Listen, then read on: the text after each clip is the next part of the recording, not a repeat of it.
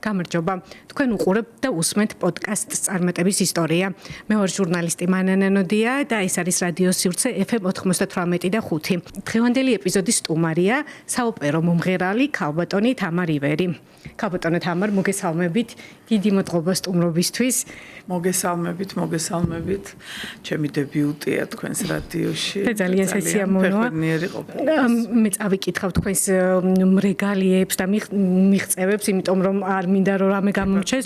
თქვენ მოსკოვის სცენაზე, მეტროპოლიტენ ოპერის სცენაზე, ვენის სახელმწიფო ოპერის სცენაზე ხართ, ასე ვთქვათ, ხშირად და ფაქტობრივად მიწვეული მომღერალი და გამოსული.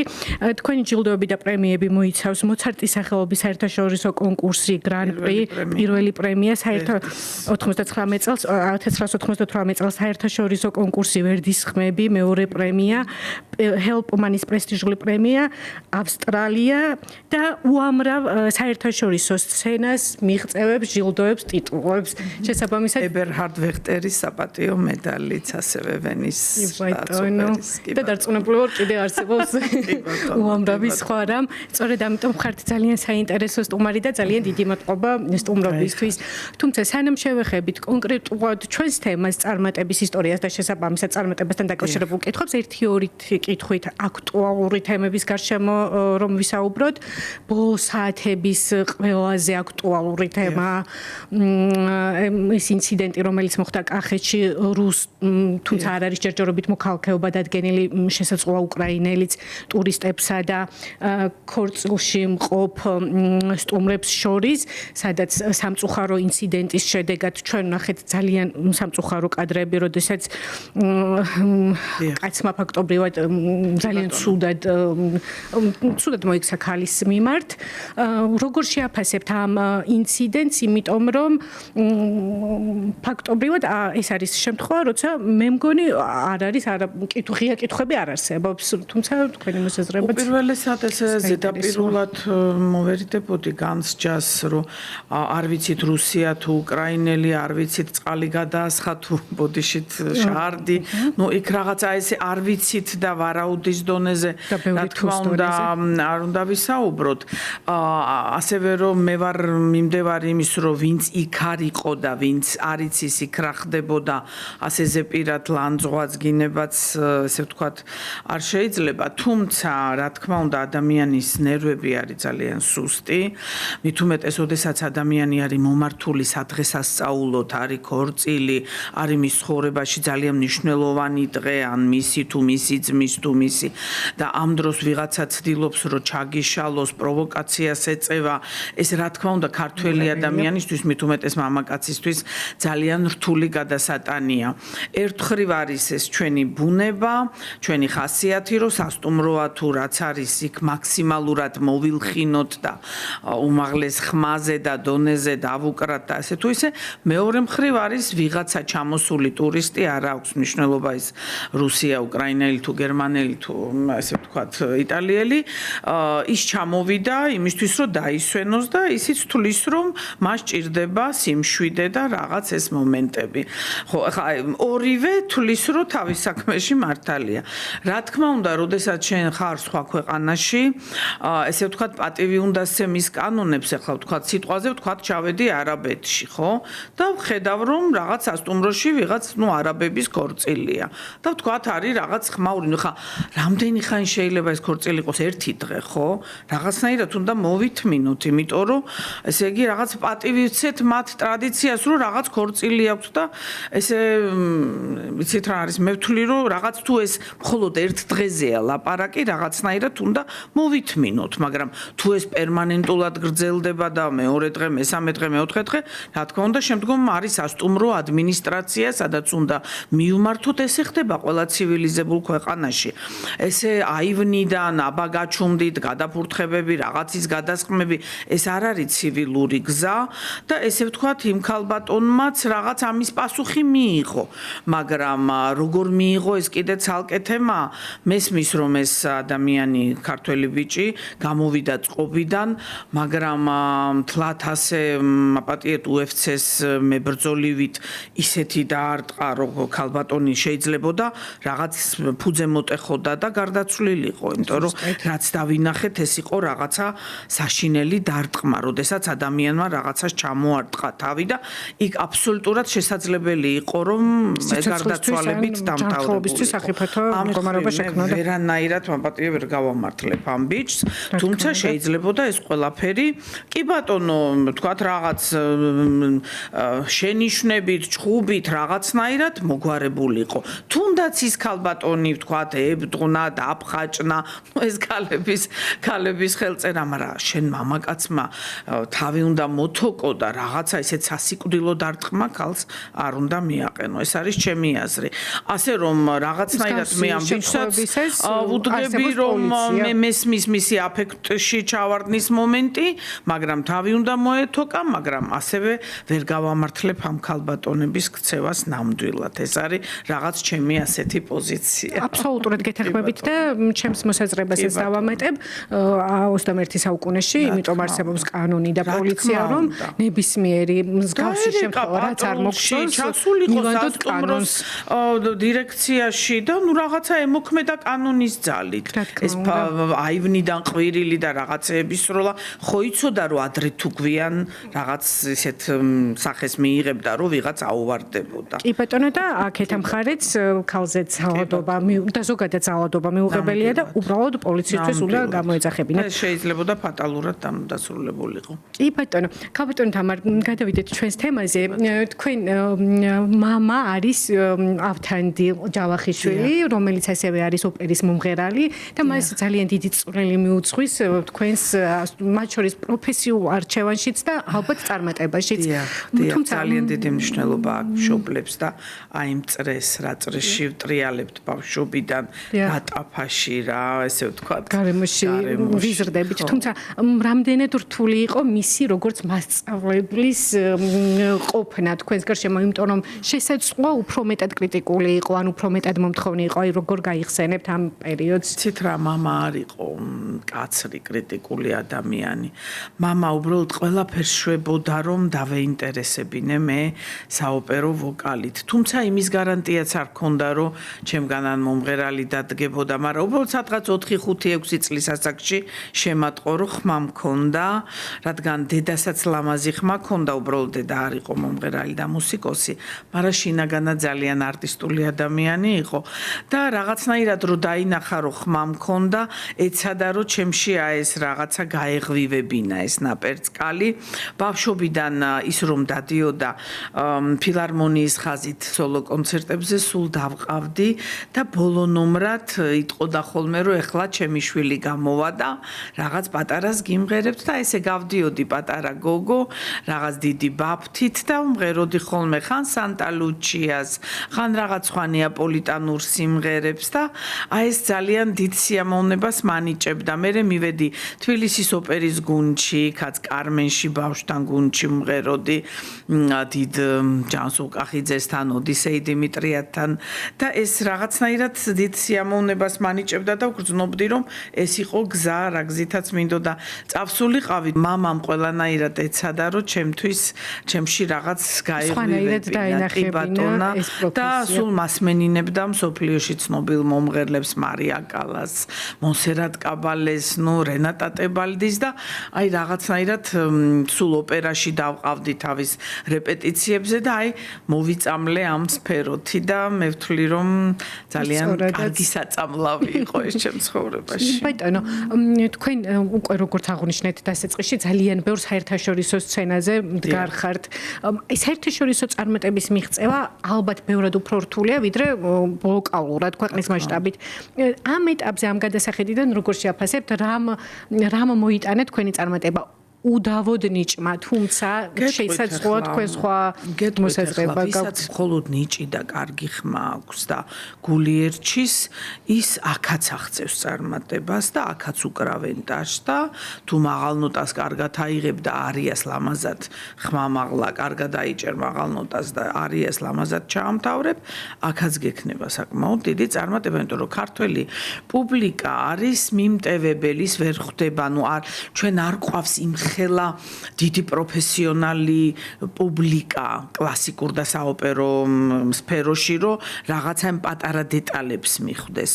და ასეთი ადამიანები აქ მღერიან და აქვთ გარკვეული წარმატებები.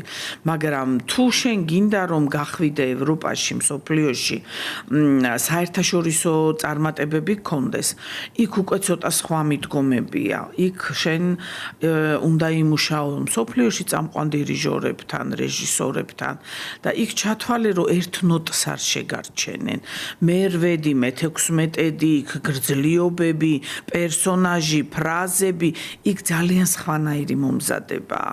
უფრო სხვა ჰაი კლასის რო იტყვიან, სხვა დისციპლინა და აი ამას ბევრი ვერ უძლებს.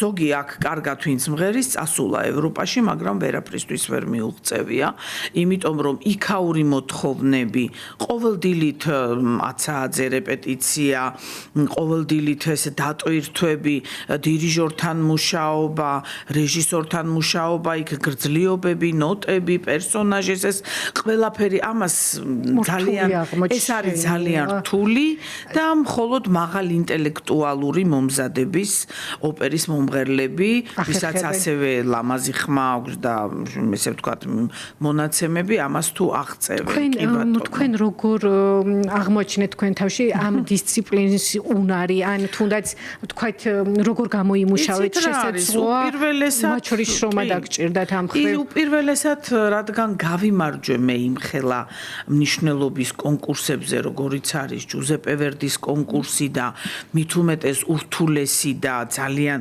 სკრუპულოზური და ინტელექტუალურად სადაც უფრო მომზადებული უნდა იყო, ეს იყო ზალცბურგში მოცარტის კონკურსი, რადგან იქ 15 ნაწარმოები უნდა გწოდნო და სხვადასხვა ჟანრის მიმართულების. ეს უკვე ძალიან დიდი სავიზიტო ბარათი იყო, რომ შენ ინტელექტუალურად მომზადებული მომღერალი ხარ, იმიტომ რომ მოცარტის კონკურსზე და ვერდის კონკურსზე ვერ იმარჯვებენ, ესე ვთქვათ, ინტელექტუალურად მომზადებელი ადამიანები. და შემდგომ უკვე, როდესაც გავიმარჯვე ამ კონკურსებზე, იყო ესეთი არის, ხმეთმეტ ხან საცოცხლოს ცნობილი საოპერო დივა ილეანა კოტრუბასი, რომელმაც მომისმინა და ის ჟიურის თავმჯდომარე იყო, სადაც პირველი ადგილი ავიღე, მან გამაცნო ძალიან ცნობილი აგენტი AMG Artists-დან და წარმადგინა მასთან და შემდგომ აი ამ აგენტთან მუშაობით და უკვე წამყვან თეატრებში უკვე მე გავამართლე მათი მოლოდინები. თუმცა ერთ რაღაცას ვიტყვი, რომ შეიძლება არის ესეთი შემთხვევებიც, რომ უცებ დიდი ცეცხლივით ამოანათებ, მაგრამ შენ ვეღარ შეინარჩუნო ის თამასა. ეს ძალიან მალე გამოჩნდება ერთ წელიწადში. 2-3 პროდუქციაში რომ მიიღებ მონაწილეობას ევროპაში, იქ უკვე დირიჟორი ეტყვის შენ აგენტს, თეატრის დირექტორი, რეჟისორი, რომ ეს მომღერალი ძალიან კარგად გაართვა თავი, ინტელექტუალურად კარგად იყო მომზადებული სპექტაკლშიც წარმატ. ანუ ესე იგი, ის რომ შეინარჩუნო შენ ეს თამასა და შენ ის დონე, რაც ამ კონკურსებში, ესე ვთქვათ, იმედი გაუმართლე აგენტურას შენსას, ვისთანაც მუშაობ. ეს სხვა თემაა და აი შეინარჩუნო ხომ სავარაუდოდ. რა თქმა უნდა, მუდმივი და სულ მუდამ წინ უნდა იყურო და შენი თავი რაღაცნაირად უნდა ნელ-ნელა დახვეწო და დახვეწო და დახვეწო.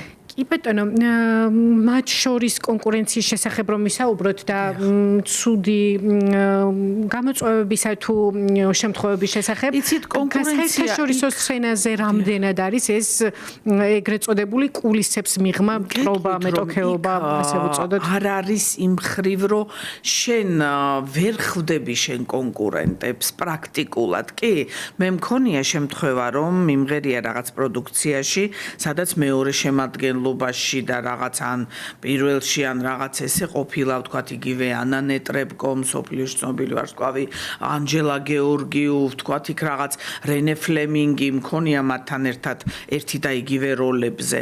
მაგრამ ეს ხდება რაღაცა მხოლოდ იმ პროდუქციაზე, ხდება ისე რომ შენ მათ საერთოდ ვერ ხვდები, იმიტომ რომ შენ სხვა საათებში გიბარებენ რეპეტიციებზე, მათ სხვა საათებში, შენ სხვა სპექტაკლები გაქვს, მათ სხვა რიცხვებში აქვს.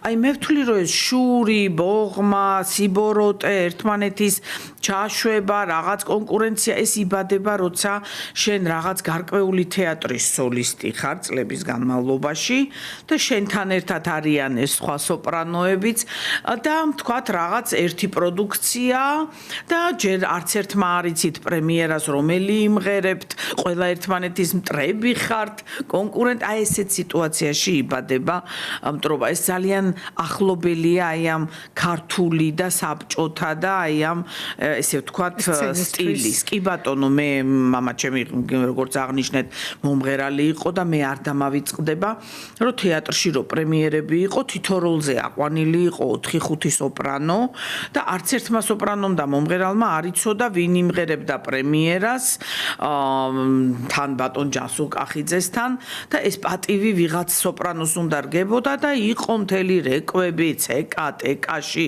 ეს სოპრანოები რთავდნენ თავიანთ კავშირებს რომ როგორმე პრემიერა ემღერათ იყო ერთმანეთის დასმენა, ჩაშვება, ფეხის დადება და ნუ ეს იყო რაღაც ძალიან არაჯანმრთელი სიტუაცია რომ როგორღაც მთავრობა მოდიოდა პრემიერაზე და როგორღაც საპრემიერო სპექტაკლი ჩაეგდოთ. ხეში იქ უკვე არ იყო ლაპარაკი რომ ვის უკეთესი ხმა აქვს, ვინ უკეთესად ღერის, ვინ უფრო მეტად ვარსკვლავია, ვინ უფრო ნიჭიერია. იქ იყო მთელი მანქანა ჩართული, რომ ესე იგი ვინ დაურეკავდა ბატონ ჯანსულ კახიძეს ან ვინც იყო თეატრის დირექტორი, ვინ უფრო გავლენიანი, ზურაბ ანჯაფარიძე თუ რაღაცა, აი ვინ უფრო გავლენიანი იყო და რაღაც, ნუ საბოლოოდ ხდებოდა ხოლმე ისე რომ სამართალი რაღაცნაირად პურსჭამდა ხოლმე, იმიტომ რომ თუ ვთქვათ იყო დამტკიცებული როლზე ქალბატონი ცისანა ტატიშვილი და იქ სხვადასხვა სოპრანოები, ხა ცისანა იყო იმ ხელა გაქანების ფენომენი და ისეთი ხმის პატრონი, რომ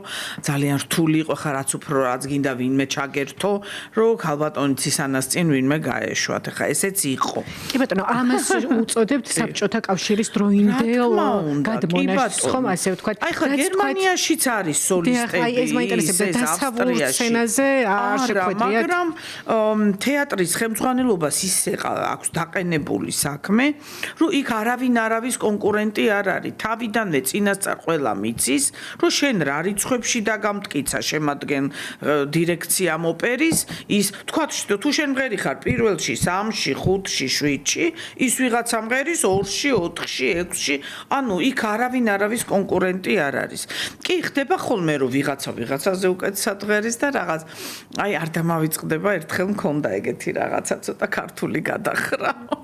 ანუ რა ჩემ აგენტმა მითხრა რომ აი კოვენტ გარდენის კასტინგ დირექტორი ჩამოდისო და ერთი დღით ავსტრიაში და უნდა დაესწროს ევგენი ონეგინსო და აი ამ დღესო შენი სპექტაკლი არ არისო შენ მღერი ხარ მეორე დღეს და რამე ქენიო რომ შენი მღერო მაგ დღესო მე ვთხარი ხა ჩემთვის მეთქი ეს წარმოუდგენელია მეთქი იმიტომ რომ სხვა სოპრანო მღეროდა ნუ რაღაც მოახერხეო და ნუ აი არ დამავიწყდება შევედი თეატრის დირექციასთან და ვეუბნები რომ ბატონი ეს კასტინგ დირექტორი ჩამოდის მეთქი აი ამ დღეს და არ ვიცი თქვენ გადაწყვიტეთ მეთქი ძალიან დიდი სურვილი მაქვს რომ ვიმღერო ამ დღეს მეთქი სპექტაკლი მაგრამ ვიცი რომ სხვა მომღერალია და დამტკიცებული მეთქი და აი როგორც თქვენ ჩათვლით საჭიროთ მეთქი ეს რა თქმა უნდა ჩემის მხრიდან ვერ გავამართლებ ჩემ თავს მაგრამ იმდენად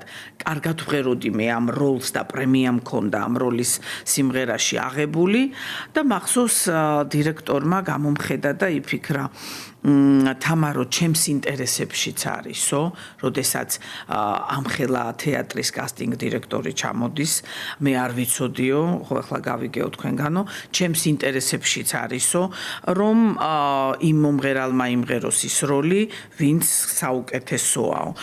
კი, ახლა ვინც არის დანიშნული ამ როლზე, ის არის საუკეთესო ვაგნერის მომღერალიო.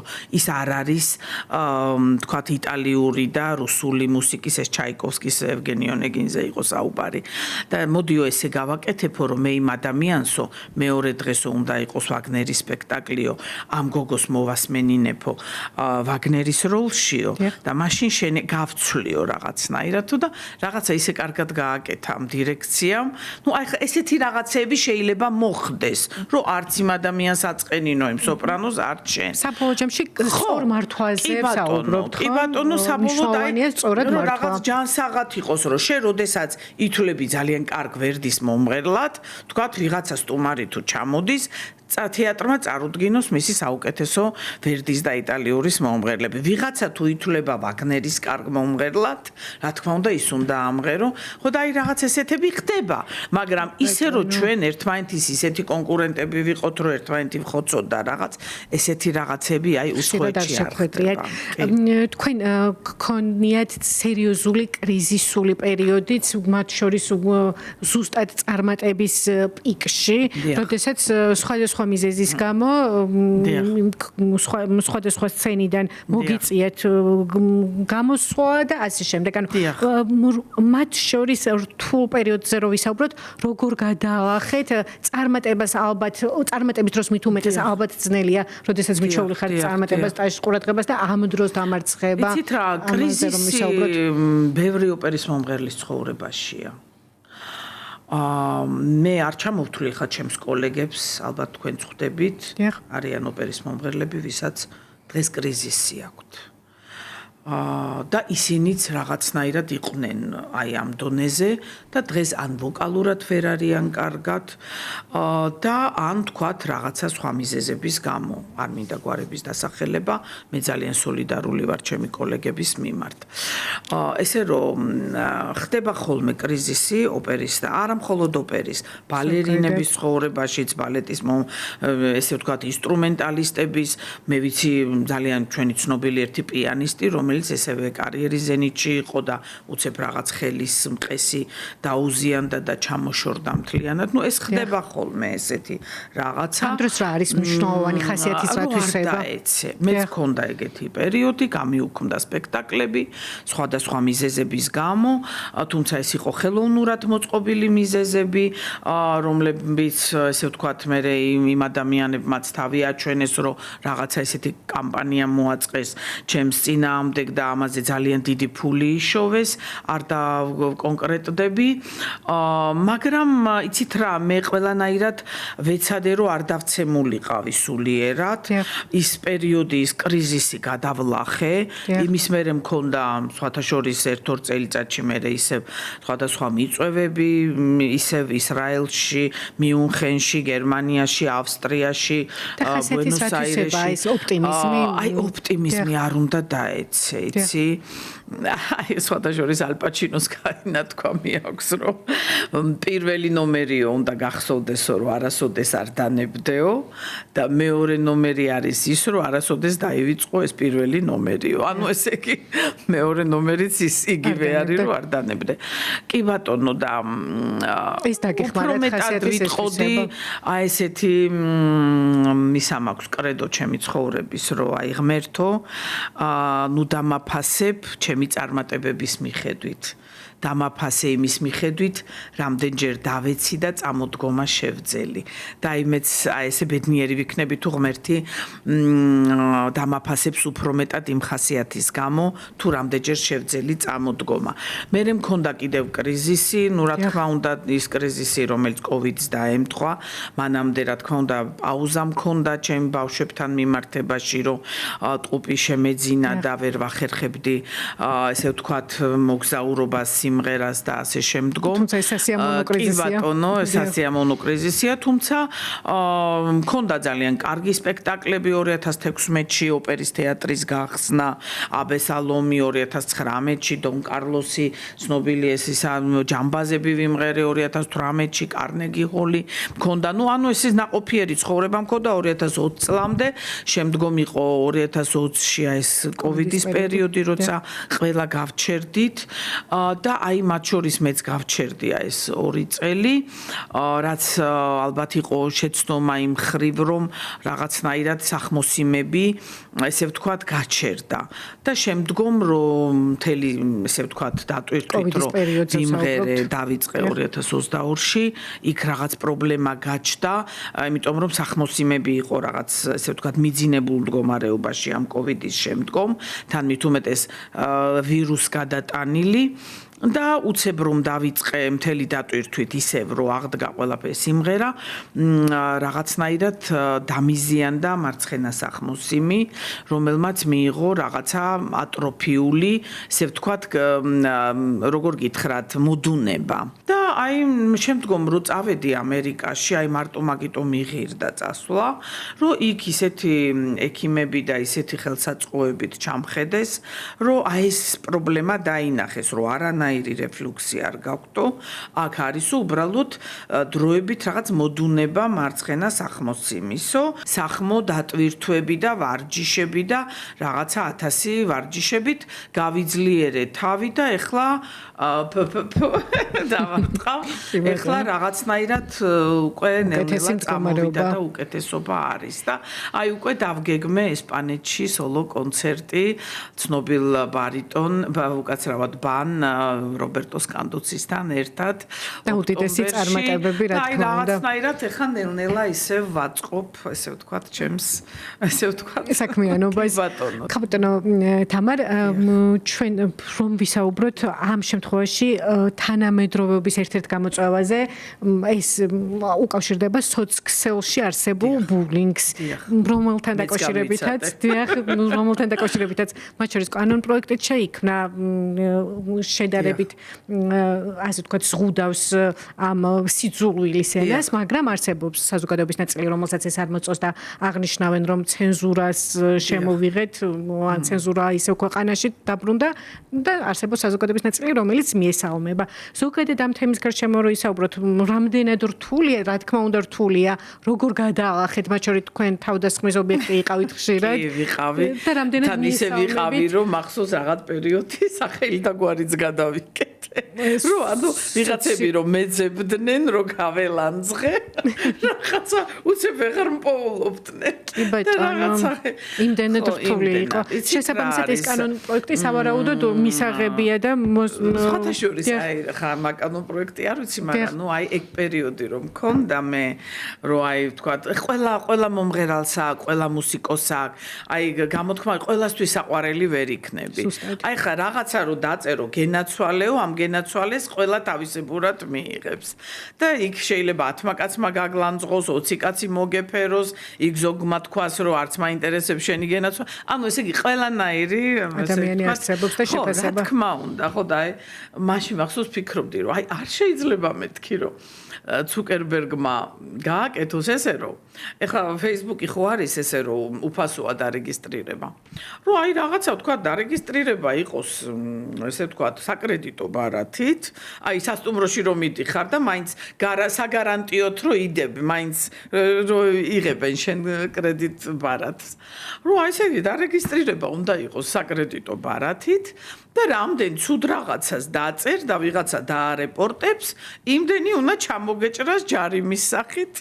ხო, აი რაღაცა ვფიქრობდი, რომ აი რა შეიძლება გაკეთდეს. თქვათ ვიღაცას დაუწერე რაღაც საშინელება და იმ ადამიანმა დაგარეპორტა, რომ აი ამ ადამიანმა მე დამიწერა ძალიან ცუდი რამე. განიხილავენ, გადათარგმნიან და შენი საკრედიტო ბარათიდან ჩამოგეჭრება $20 ცუდი კომენტარისთვის. აი რაღაცა. ესეთი რომ მე უკვე ვფიქრობდი, რომ ეს ადამიანებიც ალბათ გაუფრთხილდებიან, რომ აი რაღაცა ახლა არ ჩამომეჭრას კიდე და აი რაღაც დაახობით ამგვარი კანონ პროექტია. ჯარიმებს გულისხმობს. იდეა იყო, მაგრამ ნუ რაღაცნაირად რომ შემაკავებელი. ხა ეს ყველაფერი ხუმრობით და იდეის დონეზე, მაგრამ რაც შეეხება სახელმწიფოს მხრიდან, ანუ თუ ეს არის მხოლოდ სახელმწიფოს ლანძღვის წინააღმდეგ მიმართული და რაღაცა, ნუ ეს სხვა თემაა, მაგრამ თუ უშუალოდ ადამიანების მიმართ, იმიტომ რომ ახლა ერთ რაღაცას გეტყვით, რომ არიან ადამიანები სხვადასხვა ფსიქოტიპი.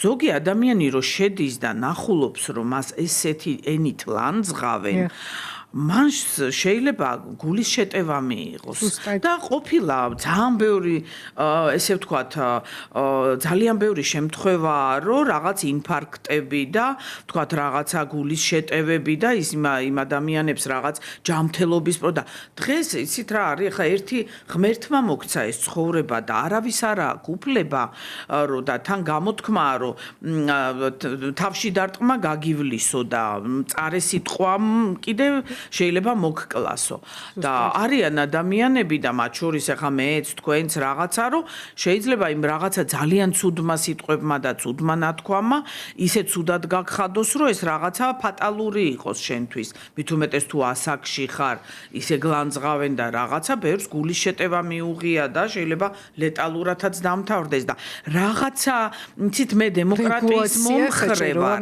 მე დემოკრატიის მომხრე ვარ კი ბატონო შეგვიძლია ჩვენი აზრის გამოხატვა კი ბატონო რაღაცა იქ შეგიძლია რაღაც მკაცრად იმათ ამათ მაგრამ ადამიანი ისე დააკნინო ისეთი შეურაცხყოფები აყენო მის პირადზე მის ყველაზე სათუთზე მის ყველანაირ ინტიმურს შეეხო რომ ის ადამიანი შემდგომ რაღაცა ჯანმრთელობის პრობლემები მოუტანო ამის წინააღმდეგი ვარ და რაღაც რეგულაცია მე ვფიქრობ დემოკრატია არ ნიშნავს იცი რა სადაც შენი დემოკრატიაა იქ ჩემი დემოკრატიაც არის ხო და უფლებები ხო შენი დემოკრატია რო კი ბატონო გამოხატო შენი აზრი, მაგრამ ასევე ჩემი უფლებებიც უნდა იყოს დაცული ამ სოციალებში, ხო? რომ რაღაც ჯანმრთელობის ზიანი არ მომიტანოს ამ სოციალებმა. დიახ, მაგრამ ეს რა ფორმით იქნება, ახლა ეს გადასაწყვეტია, უბრალოდ ახლა რაღაცა სოციალების პატრულირება არ უნდა არსებობდეს რაღაცნაირად. მე ვფიქრობ, რომ ეს უფრო ჯანმრთელი ფორმაა, რომ რაღაც დარეპორტება არსებობდეს, რაღაც გარკვეული კომენტარის, რომელსაც მე განიხილავენ და ეს და ეს უნდა იყოს უშუალოდ პირად და ძალიან სენსიტიურ თემებზე და რაღაც. ხლა ყველა ქვეყანაში ხდება, რომ იქ მთავრობას ლანძღავენ, იქ რაღაცას ლანძღავენ და რაღაც, მაგრამ ყველგან არსებობს რაღაც ზღვარი. თუმცა მაინც მე ვთვლი, რომ ეს უშუალოდ პირად და ძალიან ესე ვთქვათ privacy რო არის გამოთქმა, ეს ძალიან პირადულ და სენსიტიურ თემებზე უნდა იყოს აი ამაზე. აქცენტი გაკეთებული. კი, აი ეს არის ჩემი იმიტომ რომ ვერ აღმოფხრავთ ყველა ქვეყანაშია რომ რაღაც პოლიტიკურ ნიადაგზე იმაზე ამაზე ლანძღვაგინებები არის და ნუ ქვეყნის ესე ვთქვათ მესვეურების უნდა კონდეთ რაღაცა თმენის ვალდებულებაც თუმცა რა თქმა უნდა აი როდესაც პირადზე გადადის და შენ შვილზე და ოჯახზე და შენ წყევლაზე და რაღაცა აი ეს რა თქმა უნდა რაღაც აქ რაღაც რეგულაციები უნდა იყოს და თუ ახლა რაღაც გამოხატავ უკმაყოფილებას რაღაც არსებულ სიტუაციაზე ეგ ხა სხვა თემაა. ეთილი და ქალბატონო თამარ ბოლო კითხვას დაგისვამთ რომ შევაჯამოთ რა არის საჭირო წარმატებისთვის და თქვენი განვლილი გზიდან გამომდინარე დასაწყისში კი ვისაუბრეთ უკვე შრომის მოყვარეობაზე დისციპლინაზე მაგრამ აი მაინც რამდენიმე კომპონენტი რაც აუცილებელია. ყველაზე დიდი თვისება ის რომ აი მომღერალს თუ არა მხოლოდ მომღერალს წარმატების მაძიებელ ადამიანს ერთ-ერთი ყველაზე თვისება დიდი თვისება ის რომ წარუმატებლობის შემთხვევაში არ ეძებო დამნაშავეების ხვებში. აი მე ვიცი ადამიანები რომ ხელი ჩაუქნევიათ იმის გამო რომ იქ ჩაწყობა იყო, იქ აზრი არ აქვს, იქ ჟიური მოსყიდული იყო, იქ ჩემ წინააღმდეგ მანქანა ამოქმედა ის და არავის არ უნდა რომ საკუთარი თავი აი მე ერთმა ძალიან ჭკვიანმა და დიდმა მომღერალმა მითხრა რომ ყოველთვის თუ რაღაც წარუმატებლობა ვთქვათ არა გიყვანეს ვთქვათ რაღაცაში გამწარდი ვთქვათ გაბოროტდი მოდი მიდი სახში დაჯექი და იფიქრე რომ რა გავაკეთე მე არასწორად ანუ შენში ეძებე პრობლემა შენ გახდი უკეთესი იქნება შენ არიყავი მოწოდების დონეზე იქნება რაღაცა შენში იყო იქნება შენ ვერ იმღერე ისე არიყავი ნაკლებ დამაჯერებელი ანუ როდესაც შენ დაიწყებ პრობლემის შენში ძებნას და იმის თვისებას რომ შენ გახდე უკეთესი და არა და ადანაშაულო გარშემო ყველა, რომ მე ვარ გენიალური და თქვენ ცდებით. აი ეგეთი ადამიანები წარმატებას აღწევენ და წარმატებას აღწევენ ისინი, ვინც საკუთარ თავში ეძიებენ პრობლემას. აბსოლუტურად გეთანხმებით. ძალიან დიდი მადლობა, ძალიან კარგი და გულწრფელი საუბრისთვის. ეს არის ჩემი კრედო, რომ აი ეს გაგზრდის შენ და უნდა დაждე უსმინო, ალბათ მე არ ვიყავი დამაჯერებელი, ალბათ ის, ალბათ ეს და არა ისე, რომ იქ ჩაწყობა იყო, იქ დამჩაგრეს, ეს არ გაგზრდის, ხო? აბსოლუტურად გეთანხმებით. დიდი მადლობა ქალბატონო თამარ. ჩვენს მსმენელს და მაყურებელს კი შევახსენებ, რომ თქვენ უსმენდით და უყურებდით პოდკასტს წარმატების ისტორია. მე ვარ ჟურნალისტი მანანე ნოდია. ჩვენი ეპიზოდის სტუმარი იყო ოპერის მომღერალი ქალბატონი თამარ ივერი. გემშვიდობებით, მადლობა ყურადღებისთვის.